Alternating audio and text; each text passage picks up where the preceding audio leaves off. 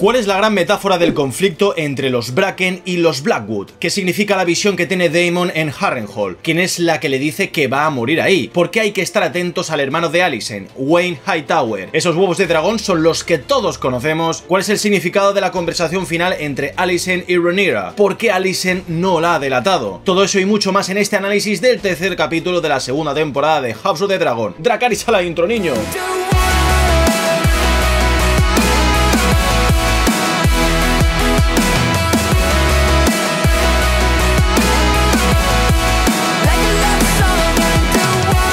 Muy buenas mis zapatos, aquí vuestro maestro, ¿qué tal? ¿Cómo estáis? Espero que estéis bien, que estéis a gusto y que estéis preparados para mi video análisis del capítulo de la Casa del Dragón titulado El Molino Ardiente. Un conflicto que nos deja claro el mensaje de esta serie y temporada que tanto se intenta evitar, llegar a un punto de no retorno en el que ya nadie se acuerde de quién inició todo esto ni quién ofendió a quién. Te dejo mis vídeos de la serie en la descripción sin spoilers de lo que va a pasar en el libro, ya que este es un lugar seguro, mucho más que Desembarco del Rey o Rocadragón.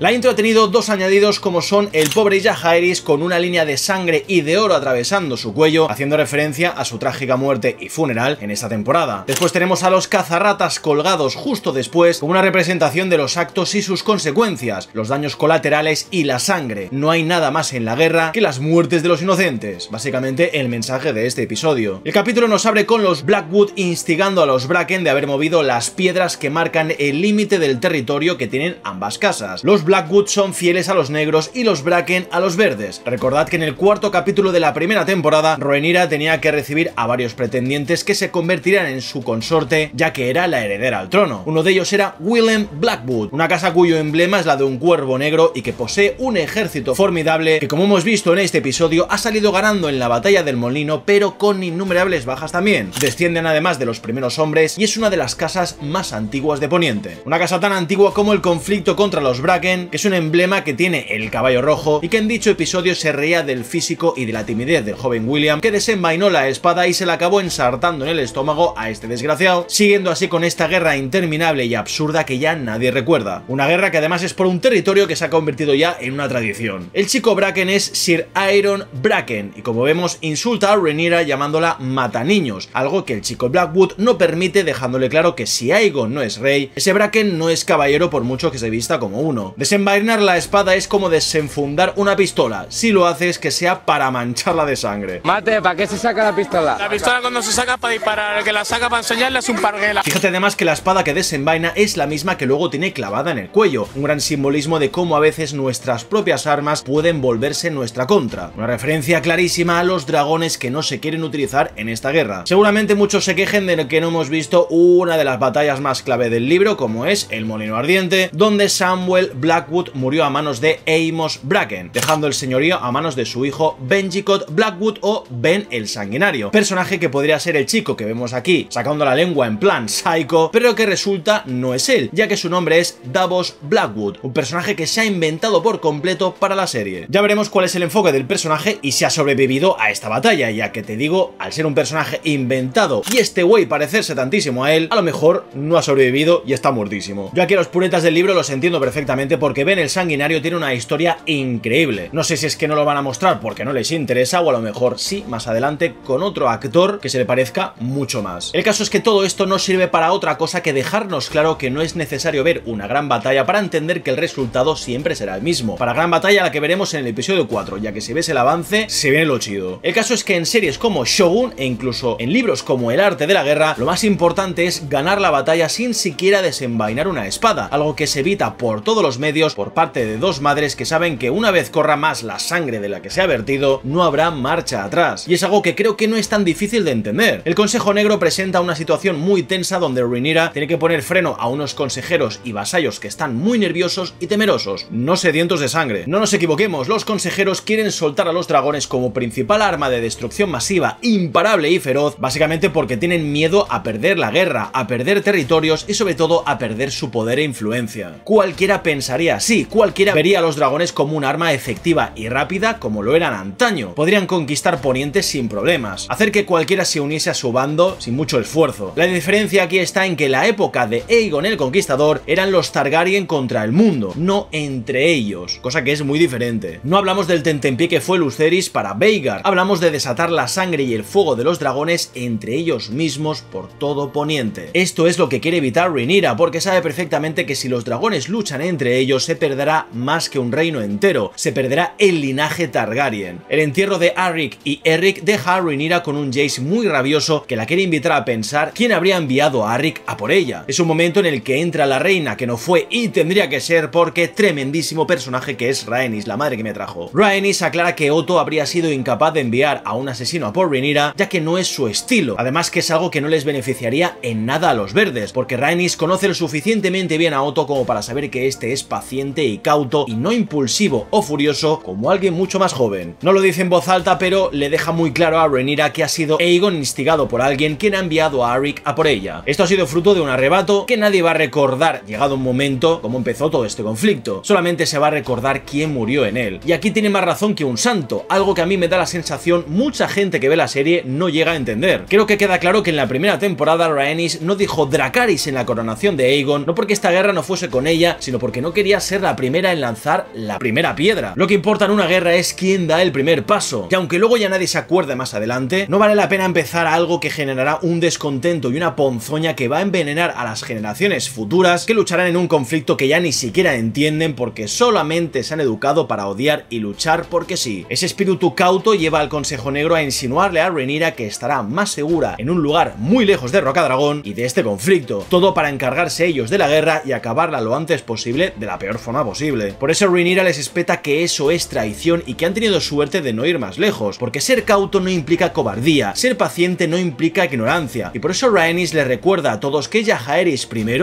su abuelo, fue de los reyes más longevos de Poniente y no precisamente por ser el más guerrillero, cosa que sí que fue Aegon el Conquistador, porque como dice el refrán, se consigue más con miel que con hiel, y como vemos la tensión es asfixiante, algo que no es fácil de gestionar para nadie. Qué buen momento de Rhaenys, por el amor de Dios. Después de Rhaenyra, Rhaenys se lleva mi devoción como personaje. Su breve encuentro con Corlys sirve para confirmarnos varias cosas. Una, que Corlys ya no está muy interesado en la guerra de Poniente y está más obsesionado con esta flota y con el mar. Ni Joffrey ni su propia hija merecen el trono de Marcaderiva porque tienen que saber algo del mar y sus tejemanejes. Para él tiene que haber alguna solución a corto plazo que puedan encontrar para lo que es la sucesión de Marcaderiva, pero como Rhaenys le recuerda a Corlys, no hay tiempo suficiente porque están en guerra. A mí me da la sensación de que Corlys no está muy centrado en lo que tiene que estar y dicho encuentro romántico termina de una forma muy abrupta porque a este hombre no le interesa seguir con la conversación, ya que plantea cosas a las que no se quiere enfrentar. Todas estas maderas y postes que vemos entretejiéndose entre ellos son todos estos problemas de la guerra que no son fáciles de solucionar y que les separan más que unirles. Y a Corlys queda claro que le dan igual, por eso se va y Rhaenys está en el centro. Quizás Alyn será pieza clave en el futuro de Corlys y Marcaderiva, es un buen marinero, le salvó la vida a Corlys, encima le debe la vida y está construyéndole su flota. Como lo dijo su hermano, podría ser una oportunidad de ascender posiciones en la corte. Es una subtrama que parece absurda de buenas a primeras, pero que si te paras a analizarla tiene sus cositas. Además de que Bruma todavía sigue por ahí pululando el pobrecito solo por completo, lamentándose de no tener a ningún jinete que se haya vinculado con él, como bien nos dice Mysaria. Rhaenyra lo que decide tras esta conversación con el consejo es proteger lo que más ama en este mundo, que son sus hijos, su legado. Claramente la seguridad de Rocadragón deja mucho que desear y llama a Rhaenyra para informarle que se dirigirá a Pentos, que ya sabemos de la primera temporada es donde Laena, su madre, murió abrasada por Vhagar. Rhaenyra sabe que si han mandado a un asesino, pronto mandarán a los dragones y a cosas peores. No puede arriesgar la vida de sus hijos que forman parte de su legado para que sean capturados o asesinados. Rhaenyra no consigue entender este punto porque como no se ha vinculado todavía a ningún dragón, se siente una inútil y cree que cuidar de estos niños es una tarea muy poco importante, sobre todo si lo comparamos con su hermana. Lo que pasa es que al ver estos 4 huevos de dragón es cuando Rhaenyra se da cuenta de que su tarea es más importante que la de cualquier otro. Tiene que proteger, enseñar y cuidar el legado de los Targaryen al completo. Su misión está en el valle para conciliar a Lady Jane Arryn con un dragón que se le prometió y que no es otro que Tyraxes, que está vinculado con Joffrey, el hijo bastardo de Rhaenyra, con Harwin Strong, que lo ves con pelo castaño. Aunque él y su dragón sean jóvenes, no deja de ser lo que el valle exigió en su momento si querían el apoyo hacia los negros. Veremos cómo se lo toma Lady Jane cuando lo reciba. Para que no se acuerde, Jane Arryn fue la doncella del valle que os expliqué en la primera temporada y que es la cabeza de la casa Arryn en esta época tan convulsa. Es la prima de Rhaenyra por parte de madre, ya que tenéis que recordar que Aemma era la primera esposa de Viserys y que murió en la primera temporada debido a unas complicaciones en el parto, cuyo apellido era Arryn. Así que la sangre une a Rhaenyra con el valle. El otro dragón que va con Rhaena es Stormcloud o Nube de Tormenta, que es el dragón de Aegon III. Rhaena, como se nos indica en este plano hermosísimo del atardecer, es la única esperanza en el ocaso de los Targaryen, que es un linaje que está claro que está en peligro y que se va apagando poco a poco. Todo en una guerra inevitable que, por Juego de Tronos, sabemos que no va a acabar nada bien. Lo que me lleva a hablar de los huevos de dragón que vemos en ese caldero. ¿Son los huevos de Daenerys? La respuesta es que sí, que lo son.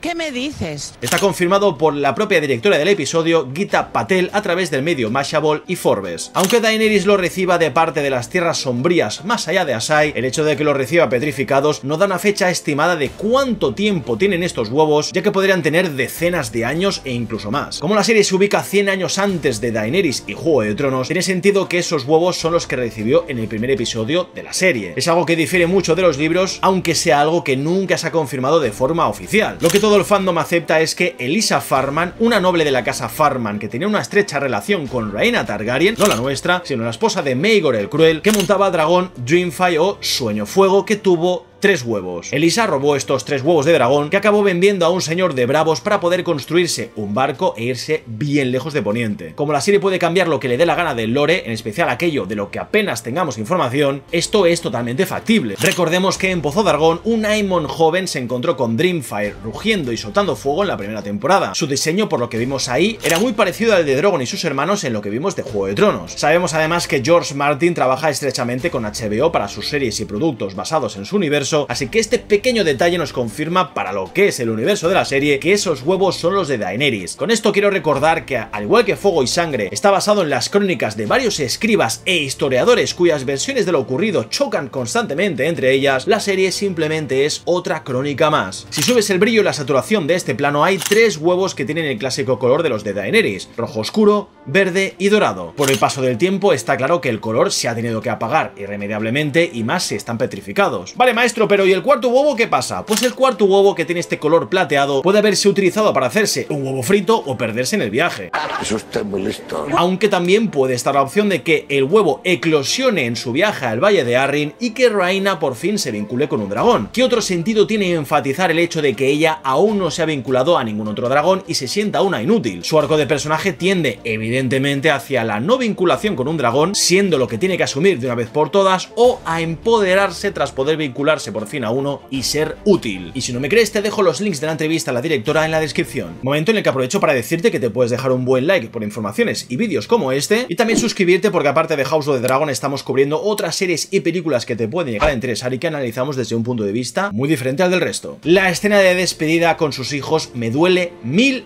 años y no para. Es increíble cómo Rhaenyra tiene que decir adiós a unos hijos a los que no sabe si volverá a ver un momento, manteniéndose firme, dura, fría y distante. Si no fuese de esta forma, no los podría dejar marchar, y eso sería lo peor en un futuro. Al final acaba llorando sola por la noche, en un momento donde el vacío y el silencio de una sala que estaba llena de vida hace literalmente un episodio acaba asfixiándola con la dureza de la melancolía, la soledad y la tristeza a la que una reina como ella se tiene que enfrentar en un momento u otro. Vemos que recoge los juguetes de sus hijos y al fin está libre de una carga que le impedía ser fuerte. Rhaenyra decide leer ahí el mensaje que Alicent le envió al principio de esa temporada, cuyo mensaje le lleva a Rhaenyra a entender que tenía razón, que Alicent tampoco quiere una guerra abierta como la que se avecina. Esto lleva a Rhaenyra a disparar una última bala que ha levantado ampollas en el fandom y que de nuevo no ha gustado nada. No niego que visitar a Alicent exponiendo tu vida y poniendo en riesgo a los negros, ya que eres su líder, es una locura y no tiene sentido tal y como está la situación ahora mismo. Pero no te niego que el mensaje y la intención a mí me han gustado. Te explico. Primero tenemos que empezar por el viaje. Rocadragón está cerca de Desembarco del Rey, no está a tomar viento. Aproximadamente está a unas 400 millas de distancia, que son más o menos unos 675 kilómetros. Dependiendo del barco, su tamaño y su velocidad, se tarda aproximadamente unos 4 días máximo en llegar. Así que no es un viaje excesivamente largo, ni tampoco es necesario que te lo muestren en el capítulo. Vamos, que Rhaenyra estará aproximadamente una semana y media fuera de Rocadragón. ¿Qué mensaje habrá dado al consejo para decir que está ausente? La reina está indispuesta. Gracias a Mysaria, Rhaenyra sabe a dónde ir y cómo pasar desapercibida. Finalmente confirmamos que Mysaria en el capítulo anterior avisó de la llegada de Aeric, pudiendo detenerle a tiempo, y por ello pide un puesto en la corte como favor para vengarse de los Hightower y como estos le arruinaron la vida en la temporada pasada. Mysaria le informa a Rhaenyra de dónde estará Alicent, completamente desprotegida y alejada de la seguridad de desembarco del rey, en un sitio tan lógico como es el Septo, ya que es un lugar tranquilo de rezo donde las armas no están permitidas y donde con su atuendo de monja puede pasar desapercibida sin problemas. Lo único que yo como espectador he pensado, nena, tápate un poco la cara o algo, por favor, ponte un velo por el amor de Dios, que alguien te va a reconocer al pasar. Y yo aquí te pregunto, ¿no es la clave del engaño que todo sea muy evidente?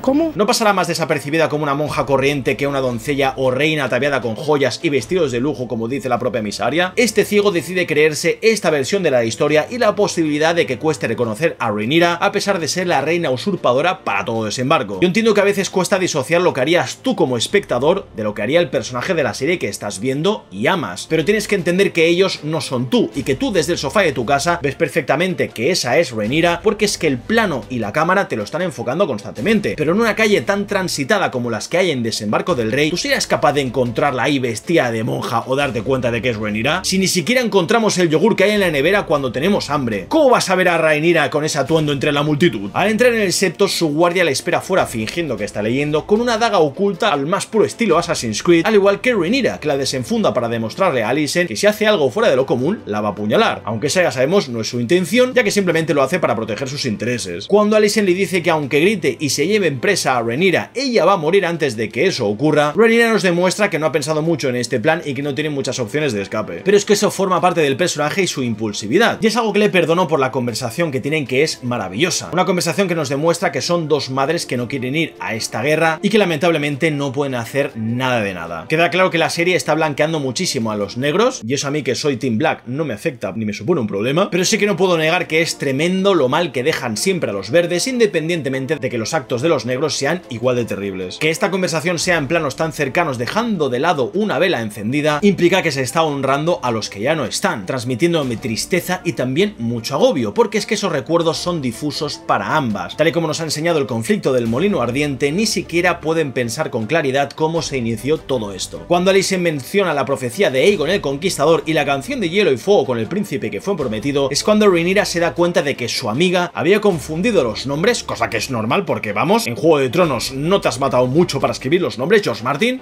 La cosa clara. Y le dice a Alicent que se refería a Aegon el Conquistador y su sueño, y no a Aegon el borracho abusador de criadas. Prueba de ello es la daga que usa Daegon en el Consejo Verde, de una forma muy imprudente, muy indiferente y como si no fuese más que otra daga de la armería, dándole absolutamente lo mismo que esa daga sea la profecía que todos conocemos. Una forma de darte a entender que a Aegon se la pela todo. Este momento es impagable y concluye de forma abrupta, porque es que Alicent no se ve capaz de alcanzar ningún tipo de paz, y menos cuando se ha dado cuenta de que todo esto ha sido por su culpa, en parte claro. Si noto en el consejo, con Criston Cole de camino a Harrenhal y con Aegon sediento de sangre, la voz de Alicent no tiene ningún tipo de fuerza en Desembarco del Rey, cosa que es totalmente lógica. Como vemos, intenta controlar al Consejo Verde sin mucho éxito. Y cuando se levanta y se va, muchos dirán, hostia, ¿y por qué no grita? ¿Por qué si todo está perdido no atrapa a Rhaenyra y así quizás puede usarla de rehén para negociar con los negros? Por lo que te he dicho antes, ante el dolor, la frustración o la ira no hay lugar para el raciocinio. ¿Tú te crees que con toda esa vorágine de sentimientos Alicent iba a condenar a su amiga de toda la vida, a la que en el fondo no le desea ningún mal? No estamos hablando de Cersei Lannister, no hablamos de una persona manipuladora o maquiavélica, estamos hablando de Alicent Hightower, la chica que siempre ha sido correcta, pulcra y decente, entre comillas. Como vemos en este episodio, ha intentado consolar a Helaena por lo que pasó la noche de la muerte de Jaehaerys, sabiendo perfectamente que su hija vio lo que vio, llevándola a que necesite que la vuelva a respetar como sea. Helaena se muestra fría y distante con el tema de su hijo, como si lo hubiese superado del todo, pero nada más lejos de la realidad. Como le dijo su madre en el pasado episodio, a veces hay que fingir cuando el deber se antepone al corazón. Reflexiona sobre una verdad apabullante como la de tantos niños que mueren al nacer si perteneces a la plebe, ya que no tienen atención médica, ni buena alimentación o un estilo de vida como el que puedas tener en Palacio. La tasa de éxito es la que es. Aunque el desconocido no haga distinciones, ya sabéis, el rostro de los 7 que representa la muerte, Alicent solo quiere que su hija no le pierda el respeto ni esa imagen que tiene de ella por lo que vio aquella noche. O al menos así es como yo lo percibo. Toda esta conversación es para que Alicent pueda quedarse tranquila de que su hija la entiende y no le va a decir eso a nadie. Es un poco como lo que pasó con Otto en el pasado capítulo. Alicent se arrepiente y se fustiga constantemente por los pecados que ha cometido. Se siente culpable por todo lo que ha ocurrido. De ahí que se sienta en paz al oír de su propia hija que la perdona por no haber estado cuando más la necesitaba. Así que tras toda esta conversación en el septo, la mirada de Rhaenyra nos deja claro que ya nada podrá detener la danza de dragones, habiendo agotado ya todas sus opciones, quedando únicamente un camino, el de la guerra. Y eso es lo que los verdes más desean, al menos el consejo. Por mucho que se enfrenten a los negros, nos queda claro que los paralelismos están ahí. El conflicto del molino ardiente no sirve más que como excusa para ir a la guerra. Un vasallo de los verdes ha sido atacado y cuando el líder de los Blackwood, de nombre Samuel, ha caído en batalla, significa que hay que ir con todo. Lord Grover Tully puede ser la clave para balancear este conflicto de la tierra de los ríos, aunque como dicen unos es un viejo ceboso y otros una persona muy frágil que no puede hablar con el culo muy abierto. Veremos qué pinta tiene este hombre. Lo que queda claro es que desde que Sir Sabandija es mano del rey, las cosas se van de madre. Me encanta cómo abre esta escena. Atentos. Criston, compungido, preocupado, mirando al suelo, avergonzado por completo y con dudas de si está haciendo lo correcto, se siente sin las fuerzas suficientes para ser lo que cree que debe ser. Con esa luz tenue que ilumina una estancia completamente a oscuras y él es la única figura a contraluz, es incapaz de mirarla, porque es que como guardia real no ha cumplido con su voto y ha pecado. No es merecedor de la gracia de la luz a la que tanto dice servir. Y lo mejor de todo esto es que es un plano en el que si me dices que Criston Cole ha perdido completamente la cabeza de forma metafórica y literal, me lo creo. Fíjate que no se le ve la cabeza, porque es que a mi forma de ver este plano demuestra que Sir Lameculos está perdiendo la cabeza por una reina a la que nunca va a tener, por la que siente un rencor inconmensurable, urdiendo unos planes tan locos que llevarán a muchos a su muerte, como por ejemplo Sir Arryk, que en paz descanse. Cuando Sir Penoso se dirige al Consejo Verde, todos los guardias lo miran con desdén, con frialdad y sin ningún tipo de respeto. Ni siquiera montan guardia correctamente y en formación. Todo esto es porque, por su culpa, Arryk ha muerto. Recordemos que era un miembro de la Guardia Real, noble, honorable y que siempre cumplía con las órdenes. Digamos que ha muerto por el estúpido arrebato de Sir Naranjas. Esto lo lleva a la mesa donde incluso Alicent le recrimina que ni la muerte de Arryk ha ayudado en nada en esta guerra, a lo que Sir Mierdoso le contesta que es mejor eso que no hacer nada, demostrando la poca sesera que tiene. ¿Entiendes ahora el plano sin cabeza? Lo mismo pasa con Aegon, que como te decía antes, clava la daga de Viserys en la mesa como si fuese el típico mercenario de taberna que quiere jugar contigo al juego ese de la mano y el puñal. El bueno de Tyrion Lannister intenta abogar por las tropas Lannister que podrían hostigar el oeste para presionar a los Blackwood, sumado a Lord Jasper que nos informa que el tío de Aegon, Lord Ormond Hightower, está viniendo desde Antigua con un gran ejército al que se le podría unir el hijo de Alicent y Viserys de nombre Daeron, a quien ya os hablé en mi vídeo del episodio 2. Falta saber dónde se ubica Otto en toda esta historia, ya que se fue en el pasado episodio y no sabemos cuánto le falta para llegar hasta Antigua y enseñarle a Daeron. Como bien dice Alicent, la utilidad del consejo tiene que ser recuperada mediante la disciplina, algo de lo que ahora mismo carecen los verdes y que los llevará seguramente a cagarlas estrepitosamente, porque no hay nada peor en una guerra que la imprudencia. Como te decía antes, Alicent cada vez tiene menos poder en el consejo, y sobre todo ahora que está completamente sola. Sir Imprudente hace lo que mejor sabe hacer partícipe a Aegon y demostrar que sabe darle al rey lo que quiere, la ilusión del poder. Al prepararse para la misión, Sir Pulgoso se ha cortado el pelo, ya que nuevo trabajo, nuevo peinado, como dicen en Desembarco del Rey, y aquí conocemos a un nuevo personaje que es el hermano de Alicent, de nombre Gwaine Hightower. Ha tardado varios meses desde Antigua en llegar a Desembarco del Rey y todavía no sabemos qué hace aquí, solamente podemos suponer cositas. Para mí claramente Otto tiene que haberle avisado de la situación que hay en Desembarco para venirse a la Fortaleza Roja a echarle no solamente un cable, sino a convertirse en sus ojos y oídos tanto en la Guardia Real como en las tropas. En el libro no es un soldado como en la serie, allí es Guardia Real, y me gusta este juego de que acompaña a Sir Penoso para evidentemente vigilarle. ¿Para qué se uniría a un pequeño grupo de soldados si no? Si te fijas, es el único que tiene un escudo diferente al resto de guardias. Como vemos más adelante, Wayne no parece ser muy ducho en expediciones o siquiera el combate, ya que prefiere la comodidad de una taberna al suelo raso del bosque o del campo. Ya veremos cómo termina todo esto, pero tengo claro que tendrá algún que otro encontronazo con Criston debido a este tipo de actitud. La bendición de Alicent creo que es un claro ejemplo de cómo su relación está en crisis y más muerta que Viserys. Alicent está muy molesta no solo porque Criston ha sustituido a su padre Otto como mano del rey, sino por su resentimiento y metodología tan poco efectiva que ha llevado a matar a un miembro muy valioso de la Guardia Real como es Arryk. La muerte persigue a Sir Celoso, ya que si te fijas cuando parten a Desembarco del Rey enfocan al cadáver de Queso al que está devorando un cuervo, que si recuerdas es el emblema de los Blackwood. ¿Esto significa que van a perder la batalla contra los Blackwood? ¿Este plano significa que la muerte va allá donde vaya Criston? ¿O significa que pronto él va a acabar colgado de un poste? Yo no sé tú, pero yo he estado gritándole al episodio como si estuviese viendo un partido de fútbol cuando Baela casi atrapa a Criston y sus compañeros. ¡Qué preciosidad danzarina lunar, la verdad! Esos tonos verdosos, esa cresta punky y esos patrones de las escamas, bellísimo. El showrunner de la serie, Ryan Condal, ha descrito a Danzarina Lunar como una especie de David Bowie convertida en dragón, y nada más lejos de la realidad. Me ha parecido una escena potentísima que demuestra que tanto Criston como Baela tienen una vista impresionante impresionante. Una porque ve el reflejo del sol en las armaduras y el otro por cómo ve a un dragón ahí a tomar viento que podría ser confundido con un pájaro. Lástima que no lo haya pillado, Claramente aún no es el momento. Aunque Aegon afirme que apoyará a Criston en este viaje a la Tierra de los Ríos con su dragón, hace caso omiso a las advertencias de que se quede en la Fortaleza Roja y decide ir con él. La escena poniéndose la armadura me ha encantado porque es que Aegon, como vemos, sigue bebiendo, ya que es su única forma de lidiar con la presión, el dolor, las emociones y la corona. Su armadura es la misma que llevó Aegon el Conquistador, solamente que se la han ajustado a su cuerpo, y tal y como describe en el detrás de las cámaras del episodio, su diseño es mucho más austero de las armaduras que hemos visto, ya que pertenece a una época diferente, una época antigua, una época mucho más tosca, enfocándose más a lo pragmático que a lo pomposo. Si te fijas, es una simple armadura de placas de acero valirio, resistente y muy ligera, que imita las escamas de un dragón y cuya decoración es preciosa pero al mismo tiempo muy sutil, ya que es una armadura diseñada para combatir, no para lucir en público. Quizás quien la porta no tiene el mejor físico del mundo, pero es un detalle hermoso que nos demuestra que Aegon no es más que un imitador, alguien que intenta disfrazarse de lo que no es, porque es que no es ningún conquistador, y en estos momentos se siente más hundido que nadie. Solo faltaba que entrase en escena el cojo para advertirle a Aegon de que hay dos rumores que pululan por la ciudad, que hablan sobre la valentía del rey de ir a la guerra montado sobre su dragón, y otro de que los consejeros se lo quieren quitar de encima para que su madre reine en su ausencia. Es algo parecido a lo que quieren hacer con Rhaenyra, acuérdate, pero creo que yo, que tú y que todos nos hemos dado cuenta de que Larys es un mentiroso y está manipulando al rey, todavía no sabemos para qué. Ya os comenté en mi primer vídeo de esta temporada que yo no me fiaba de Larys y la muerte de Jaehaerys. Todavía no hemos visto nada de las criadas de la reina ni de lo que está tramando este hombre. Lo que nos queda claro es que tras oír eso, Aegon decide nombrarle consejero de los rumores, que es un papel que sabemos en Juego de Tronos tenía Lord Varys y su red de pajaritos. Al igual que Varys miraba por sus intereses, Larry evidentemente también lo hace. Este nombramiento le viene como anillo al dedo, ya que consigue que el rey se quede en desembarco, le nombre consejero de los rumores y de paso obtenga más poder en la corte. Tras esto, Aegon se quita la armadura y se va junto con su guardia real a desvirgar a un escudero, llevándonos a una escena muy clave del episodio y que puede ser muy importante en el futuro. Aquí vemos de nuevo a la pobre Diana, que es la criada a la que Aegon abusó sexualmente en la primera temporada y que recibió una bolsa de monedas y un té de luna para evitar el embarazo de un bastardo Targaryen más, todo de mano de Alicent, acuérdate. Chica, no te podías ir más lejos de ahí, no te daban las monedas para irte a tomar por saco. Madre mía, es que la pobre sigue recibiendo de todo, Y en esta parte tenemos que hablar de los bastardos con el bueno de Ulf el Blanco, el hombre al que vimos en el segundo capítulo mirando a los cazarratas que estaban colgados. Resulta que este hombre es un bastardo Targaryen de los llamados Semillas de Dragón. Ulf es hijo de Baelon el Valeroso, el medio hermano de Viserys y de Daemon, ya que Baelon era el padre de estos dos. Efectivamente, Ulf es el tío de Rhaenyra y ya veremos hacia dónde llevan toda esta trama de las Semillas de Dragón y cuántos bastardos más hay que quieran luchar por el trono y sobre todo ver qué bando escogen. ¿Pueden vincularse con un dragón? Al fin y al cabo tienen sangre Targaryen en las venas. Yo ahí lo dejo. La conversación se ve interrumpida por Aegon, que llega para ganarse al pueblo, como siempre, con alcohol y diversión. Como dirían algunos, pan y circo. Tras dejar atrás la guerra y la muerte, Aegon vuelve de nuevo a ser lo que es, un rey borrachuzo que no sabe hacer otra cosa para evadirse de la realidad. Claramente el alcohol convierte a cualquiera en un estúpido, pero ¿realmente Aegon no es así todo el tiempo? Es alguien consentido, alguien que no tiene empatía y que solo mira por sí mismo. Ahora mismo poco le importa a su hijo en este momento, después de todo el drama del episodio anterior, ¿no crees? Aquí nos encontramos con Aemon, que está de nuevo con su mujer del placer, a la que ofrece al escudero como si le diese igual. Nos ha mostrado al verdadero dragón con la tula de Aemon, llevándome a hacer el chiste fácil de que aquí lo que ha faltado no ha sido tula, sino más bien huevos de dragón, huevos para enfrentarse a su hermano. Aunque claro, hay que plantearse la siguiente pregunta: ¿eres un cobarde si tu hermano es el rey y cualquier cosa que le hagas o le digas implica traición y tu posible condena o muerte? Antes de reírnos de Aemon y la falta de coraje que ha tenido en esta escena, tenemos que centrarnos en lo que ha demostrado: templanza y educación. Sabe que su hermano es el rey, sabe que no vale la pena avergonzarse como cuando era pequeño y que se puede ir con la cabeza bien alta incluso cuando tu escondite secreto para despojarte de tu armadura y ser quien realmente eres más allá de la corte ha sido descubierto. Aemon nunca ha cambiado de mujer, porque es que su nivel de apego, cariño, respeto y mommy issues es tan grande que no quiere a cualquiera, sino a alguien que como él jamás te abandonará, aunque sea pagándole. Eso es algo que Aegon nunca va a entender porque está borracho como una cuba y porque Aemon deja claro que uno va con la familia hasta el final a pesar de que te hayan hecho o dicho algo horrible. Por eso Aegon es incapaz de ir a Harrenhal con Criston Cole, porque es un cobarde. En cambio Aemon no va porque le han ordenado que se quede ahí protegiendo al rey, a su hermano. Ya veremos cómo queda la relación con Sylvie, la pobre meretriz que le ha consolado todo este tiempo y que ahora se tiene que acostar con el escudero. Al final esta escena de un Aemon desnudo caminando con total seguridad ante los hombres de la guardia sirve para demostrarles que no tiene nada que ocultar y que se siente no solo orgulloso de él mismo, sino demostrando que está por encima de cualquier cosa. Quiere demostrar que lo que dice su hermano no es cierto, ya que como muchos que van ahí, Sylvie le da igual no significa nada para ella, porque un hombre de verdad no siente este tipo de cosas, aunque sabemos que es mentira, pero bueno, hay que aparentar, como dice Alicent, a veces hay que fingir. Y por último tenemos que hablar del príncipe canalla, Daemon Targaryen, que se dirige a Harrenhal para tomar el castillo y unir a los ejércitos de los ríos a su bando, tal y como dijo al final de la primera temporada. La llegada de Daemon con Caraxes con estos planos en primera persona a mí me excitan de tal forma que ni el acero valirio podría con mi nepe ahora mismo. Menudo nivel de inversión, chaval. Y por fin vemos escenas a oscuras,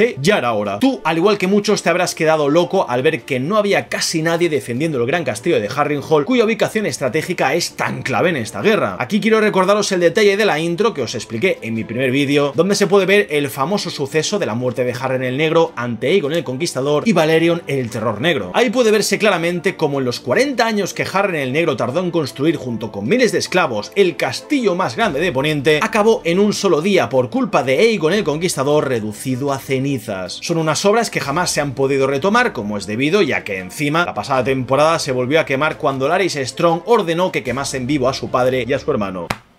Arwyn, te echamos de menos. Sin apenas resistencia, Daemon toma el castillo para Rhaenyra a un hombre llamado Simon Strong, el tío abuelo de Larys Strong, quien nos confirma que al igual que todos, odia a Larys con toda su alma porque sabe perfectamente que mató a Harwyn y a Lionel en el incendio de la pasada temporada. Así que Daemon no lo tiene muy difícil para que le sirvan y le juren lealtad a pesar de no fiarse demasiado de esos guisantes. Este hombre es la representación de la neutralidad y del yo no quiero problemas, gracias. ¿Podemos cenar tranquilos, por favor? Yo solo vine aquí a dormir una siesta. Quieras o no, los problemas, querido Simon, siempre acaban llegando, y eso lo vemos cuando Daemon informa de sus planes a un hombre que lo que intenta es ser realista. Harrenhal es un castillo maldito, no solo por los incendios, sino por cómo desde su primera piedra ya estaba abocado al fracaso. La anécdota de todo esto es que Harren el Negro estaba tan obsesionado con construir este castillo que lo construyó con piedra negra y con vigas con madera de arciano, un árbol que sabéis es considerado sagrado en este universo. Si a eso le sumas los miles de esclavos que murieron en su construcción y el empobrecimiento de los territorios y feudos colindantes debido a esto, apaga y vámonos. La guinda de pastel viene cuando sabes que el día en el que el castillo fue oficialmente terminado, un dragón enorme, el más grande jamás visto nunca en Poniente, arrasó con todo por orden de su jinete, que no era otro que Aegon el Conquistador. Qué ironía, Tengo una gana de ver esto en el spin-off de Aegon el Conquistador que te cagas. Por mucho que Daemon quiera reconstruir el castillo, queda claro que jamás lo va a conseguir. Es una bella metáfora de cómo ahora mismo está el príncipe canalla, ya que el castillo le representa a él mismo. Hace aguas por todas partes y está completamente destruido. Esto representa la confianza que ha perdido y que va a costar mucho de recuperar, ya que hay muchísima faena por delante. Su paseo por ahí también es como está ahora mismo, perdido, desorientado, sin un claro objetivo, completamente feo, sucio y destruido por las palabras de Rhaenyra del capítulo anterior. Cualquier otro sitio habría servido para esta escena, pero ningún otro habría tenido el mensaje que tiene Harrenhal. Daemon le aclara a Simon que le llame su alteza y no príncipe, más como un gesto de orgullo que otra cosa, ya que Daemon en este caso no puede soltar lo que Rhaenyra le dijo en el pasado capítulo, que es su deseo de reinar, de recuperar el trono de hierro, de ser el siguiente en sentarse en él. Claramente esto lo ha hecho por Rhaenyra, pero en el fondo no puede evitar hacerlo por sí mismo. Está completamente solo y en este plano lo vemos más claro que nunca, porque solo tiene ante él a una panda de perdedores que ni siquiera tienen la fuerza suficiente para defender un castillo que nunca ha conseguido estar completo del todo. La desconfianza de Daemon es tal que atranca la puerta con dos espadas que tiene que quitar para dirigirse a investigar esos ruidos que está escuchando y que le atormentan por la noche, como si fueran pesadillas. Acaba en una sala donde una jovencísima Rhaenyra está cosiendo el cuello del cadáver de Jaehaerys diciéndole que siempre tiene que deshacer sus entuertos. Es un breve cameo de la gran Millie Alcock para esta temporada antes de ponerse la capa de Supergirl. Es una visión que tiene un significado clarísimo, que es el del arrepentimiento. Daemon se arrepiente de lo que ha hecho. Ahora es cuando lo está procesando todo, con la imagen de la Rhaenyra de la que se enamoró e idealizó, la chica que le hacía sentir bien, la chica a la que le entregó su corazón, la que le permitía vengarse un poquito de Viserys por tenerle tanto miedo y no dejarle sentar en el trono. Esta imagen de Rhaenyra es la de la rebeldía y la testarudez que tanto amaba Daemon, la que le representa tantísimo a él mismo, lo que le lleva a cometer un error garrafal que pone en un aprieto a los negros, que sabemos es el de matar al príncipe heredero, aunque sea ilegítimo al trono. Un error del que Rhaenyra tiene que encargarse, pero como vemos no es la que conocemos, la mayor, sino que es la joven, la chica de la que se enamoró. Si esa versión se siente decepcionada de ti, ¿qué más te queda? Por eso esta escena es tan increíble, por cómo Matt Smith, sin sin decir ni una palabra te transmite ese dolor y esa angustia por saber la verdad y tener que enfrentarse a ella. Al igual que Aemon, se arrepiente de haber matado a ese niño y de haberse dejado llevar por la impulsividad, siendo la primera vez que le vemos tan vulnerable. Cuando su espada se cae al suelo, se despierta frente a lo que parece ser un arciano en el llamado Ojo de los Dioses que está frente a Harrenhal. Aquí aparece una mujer que le dice que morirá ahí, largándose en silencio, siendo esta una de las escenas más turbias del capítulo, ya no solo por la atmósfera sino por el tono de esta breve conversación. Esta mujer, para que no lo sepa, se llama Alice Ríos, es una bastarda de la casa Strong e hija de Lionel. Era considerada una bruja que tenía visiones del futuro, algo parecido a lo que posee Helaena o incluso hasta te diría Melisandre. Ya sabemos que en Juego de Tronos jamás se ha desarrollado nada sobre la magia ni su sistema de poderes, simplemente la magia existe y ya, es algo místico que no necesita más explicación, está ahí y punto. Daemon puede atribuir esta visión a la maldición de Harrenhal o quizás es culpa de esta bruja a la que ve justo cuando llega a la sala donde están Simon y el resto. Supuestamente es una chica que tendría que ser más mayor, ya que tiene unos 40 y tantos en esta época, pero tiene una apariencia joven ya que, según algunos escribas, se mantenía así por bañarse en la sangre de las doncellas a las que asesinaba. Ya veremos si esta mujer acaba siendo importante o no en el futuro y si esas visiones se cumplen o no, pero queda claro que Daemon tiene mucho trabajo por delante y mucho arrepentimiento que procesar. Y nada, gente, hasta aquí mi análisis del episodio 3 de House of the Dragon. Espero que te haya gustado. Si ha sido así, te puedes dejar un buen like.